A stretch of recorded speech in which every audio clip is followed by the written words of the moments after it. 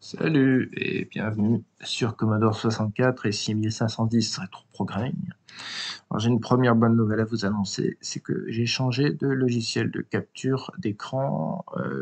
Le nouveau logiciel que j'utilise a l'air d'être beaucoup, mais vraiment beaucoup mieux. Alors aujourd'hui, je vais vous apprendre la base de la base, c'est-à-dire comment afficher du texte à l'écran avec le langage machine. Et ça se fait exactement de la même façon sur le principe, de la même façon qu'en BASIC. Donc, vous avez le choix entre utiliser quelque chose qui s'apparente à print et qui repose sur ce qu'on appelle les codes caractères PETSCI ou ASCII2, et où vous pouvez utiliser ce qu'on appelle la mémoire écran, c'est-à-dire ce sont des adresses situées par défaut entre 1024 et 2023. Avec le BASIC, vous faites un POC 1024, et vous ajoutez le code caractère correspondant et vous avez son caractère qui s'affiche à l'écran, tout en haut à gauche.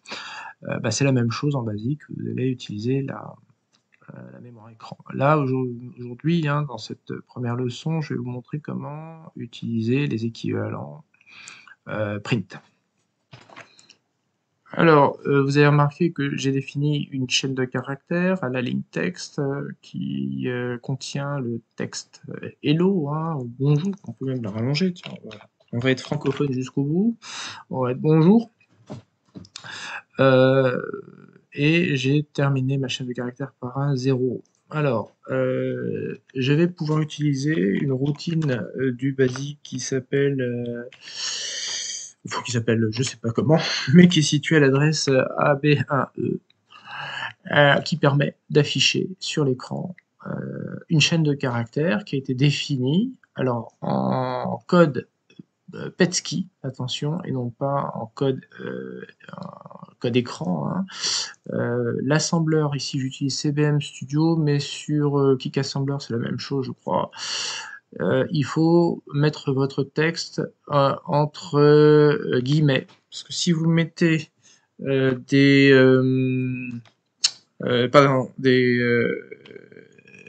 si vous mettez des apostrophes, voilà, l'assembleur va retenir une valeur équivalente au code écran et non pas au code PETSCI. Si vous mettez votre chaîne de caractères entre des guillemets, comme ça, eh bien, l'assembleur va le traduire en code PETSCI. Donc, vous allez faire un appel à la routine située à l'adresse AB1E au moyen de cette instruction JSR. Mais auparavant, ce qui est important de faire, c'est de dire j'ai un problème. De dire où se trouve le début et la fin de la chaîne de caractères. Donc il faut indiquer l'octet de point fort et l'octet de point faible de l'adresse, où se trouve cette chaîne, qui doit toujours se terminer par un 0. Sinon ça ne fonctionne pas correctement.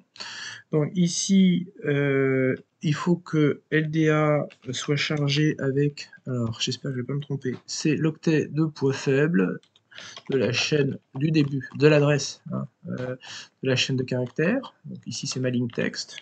Y va être chargé avec l'octet de poids fort. Voici. Et évidemment, si j'oublie RTS à la fin, on va pas voir grand chose parce qu'il faut revenir au basique. Donc je vais lancer, on va voir si ça fonctionne, si j'ai pas fait trop de bêtises. 6. Non, je me trompe.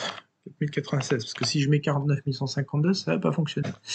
Mais voilà, ça fonctionne, c'est magnifique, n'est-ce pas? Alors, ça c'est une première technique. Mais vous avez vu que ça affichait le texte, je dirais, juste avant le curseur de retour.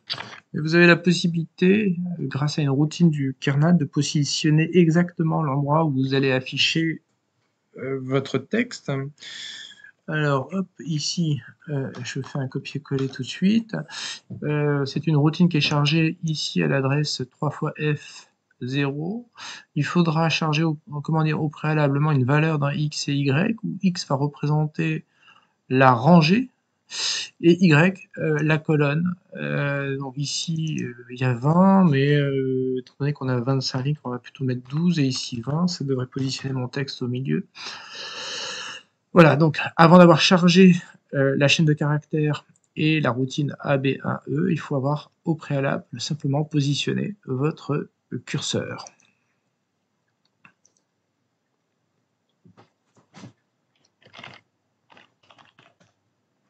Voilà.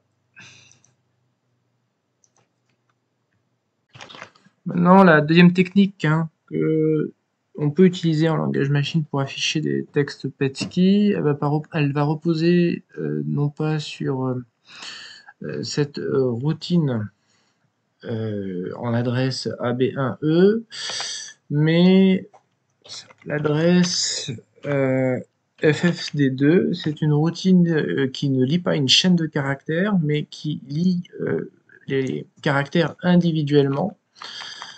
Alors, on va charger les caractères de ma chaîne de caractères, mais individuellement. Donc pour cela, on va charger l'accumulateur avec la valeur de chacun des caractères, valeur Petsky, et on va indexer ça avec X, auquel on va s'assurer au préalable qu'on a bien mis une valeur 0, puisque auparavant, nous lui avons donné la valeur 12. Donc il va commencer avec la valeur 0 jusqu'au 7e caractère. Et donc nous allons indexer X et comparer X avec la valeur 7, qui correspond au dernier caractère qui va être lu. Alors, qu'est-ce qu'il faut que je rajoute? Oui, je rajoute une boucle, tout simplement, puisque nous avons un branchement conditionnel. On va appeler tout simplement notre ligne ici boucle. Hop, et donc tant que X n'a pas atteint cette valeur,